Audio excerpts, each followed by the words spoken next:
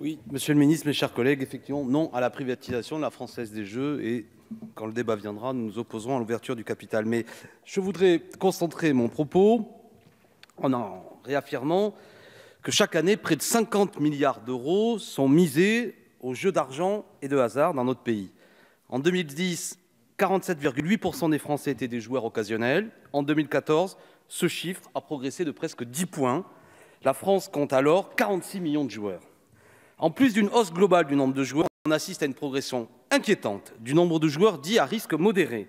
Leur nombre est passé de 400 000 à 1 million entre seulement 2010 et 2014. Sans citer toute une série de chiffres qui compliqueraient mon propos, je note que ces 15 dernières années, les Français ont eu de moins en moins d'argent pour leurs loisirs, mais une part grandissante de cet argent est dédiée aux jeux. Il y a une réalité économique et sociale derrière ce phénomène que nous pouvons ignorer.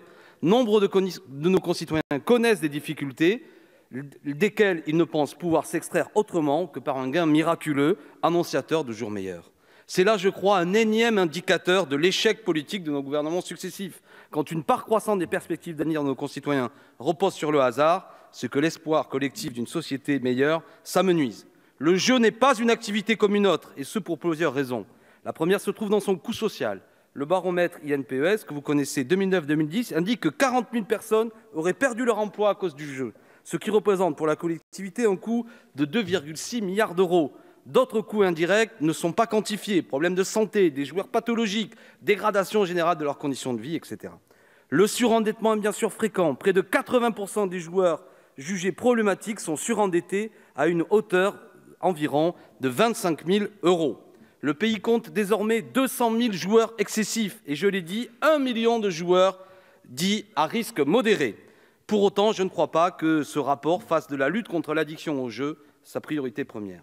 Des mesures simples et concrètes pourraient être prises rapidement. Je pense par exemple à la limitation, voire à l'interdiction de la publicité pour les jeux d'argent et de hasard. Oui, monsieur le ministre, il n'est pas normal qu'autant de joueurs de foot, notamment bien rémunérés, ou je ne sais trop quel animateur sportif, s'affichent régulièrement dans les métros en train de faire la publicité pour inviter nos concitoyens à jouer à des jeux, pour des sociétés notamment qui sont souvent domiciliées dans des lieux d'exonération fiscale. Tout ça est honteux et devrait être tout simplement interdit.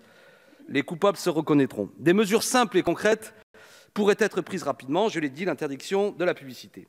La télévision, Internet, des journaux, les rues et les couloirs de métro débordent de ces publicités, nous devons y mettre fin. L'identification des joueurs également, pour protéger les mineurs, permettrait en outre d'alerter plus rapidement sur une conduite à risque. Le second facteur qui fait du jeu une activité commerciale, cela a été évoqué, mais je veux y revenir, est le risque qu'il comporte, un moyen pour blanchir de l'argent et de favoriser la fraude fiscale. Des mesures existent pour s'en prémunir. Encore faudrait-il se donner les moyens de les mettre en œuvre. Je donne un exemple. Lorsqu'un joueur gagne 1 000 euros au casino, l'établissement peut lui remettre un document qui rend légale la présence de cet argent dans ses mains. Mais si pour gagner ces 1 000 euros, le joueur a dépensé 900 euros d'argent sale, il aura à la fois réussi à blanchir ces 900 euros et en plus, il aura dégagé un supplémentaire de 100 euros qui exonérait le tout de l'impôt sur le revenu. Pour justifier de cela, il lui suffira de dire qu'il n'a mis que 1 euro dans la machine et qu'il en a gagné 1 000 qu'il possède désormais légalement. Le service central des courses et des jeux souhaite que la délivrance de ces attestations de gains pour les casinos soit proscrite, sauf si elle indique la somme que le joueur a dépensée avant de toucher son gain. Dans ce cas, l'argent que le joueur a sur lui à son arrivée ne serait pas blanchi puisqu'il ne serait plus considéré comme une part de gain. Vous suivez mon raisonnement? Mais au lieu d'apporter du soutien à cette mesure, le rapport dit ne pas souhaiter, je cite, que l'on exige des casinos, ouvrez les guillemets, le même degré de complétude et de fiabilité des informations sur leurs relations d'affaires que celui qu'on est en droit d'attendre des banques. Circuler, il n'y a rien à voir. Voilà un manque flagrant, pour ne pas dire coupable, de détermination à lutter contre la fraude fiscale et le blanchiment d'argent. Ce n'est pas acceptable. Je termine sur la question de la fiscalité aux jeux en ligne. Le rapport va dans le sens des opérateurs de jeux qui regrettent une fiscalité trop lourde, je cite, calculée sur une assiette qui n'est pas pertinente. Que l'on discute de l'assiette, pourquoi pas? Nous ne sommes pas d'accord pour que l'on baisse le niveau de fiscalité alors que les jeux sont rentables et que la collectivité doit, je le répète, assumer une multitude de coûts indirects liés à cette activité. Voilà, s'il y a une chose à réduire, mes chers collègues, c'est la marge réalisée par les opérateurs privés. Je vous remercie de